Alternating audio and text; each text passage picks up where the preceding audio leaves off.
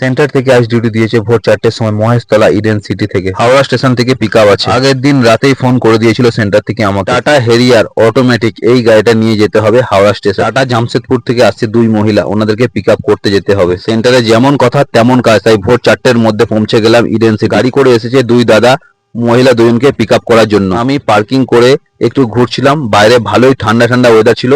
আর পার্কিংটা দেখো, পার্কিং এ ভোরবেলা লাইট জ্বলছে, ঠিক এরকম দেখতে লাগছে। কি সুন্দর দেখতে লাগছে পার্কিংটা, তাই ভিডিও করে তোমাদের সঙ্গে শেয়ার করলাম। এটা হাওড়া স্টেশনের ভেতরে পার্কিং, পুরাতন পার্কিং। ওইদিকে একটা নতুন পার্কিং আছে, ওইটা 21-22 নম্বর প্ল্যাটফর্মের দিকে। ভোরবেলা পার্কিং এর ভেতরে আজ প্রচুর গাড়ি। যে গাড়িটা আসছে দেখা যাচ্ছে, ওই দিক থেকে গাড়ি নিয়ে আসতে হবে পার্কিং এর দিকে। তারপরে দেখতে পেলাম একটা বন্দে ভারত দাঁড়িয়ে আছে, ওখানে গিয়ে একটু ভিডিও করলাম গাড়িটা চলে যাওয়া। সুন্দর দেখতে লাগছে, তাই একটা ছোট্ট ভিডিও নিলাম। এই বন্দে ভারতটা যাচ্ছে এনজেপি নিউ জলপাইগুড়ি। সকাল 5টা 55 মিনিটে হাওড়া স্টেশন থেকে ছাড়ে এনজেপি।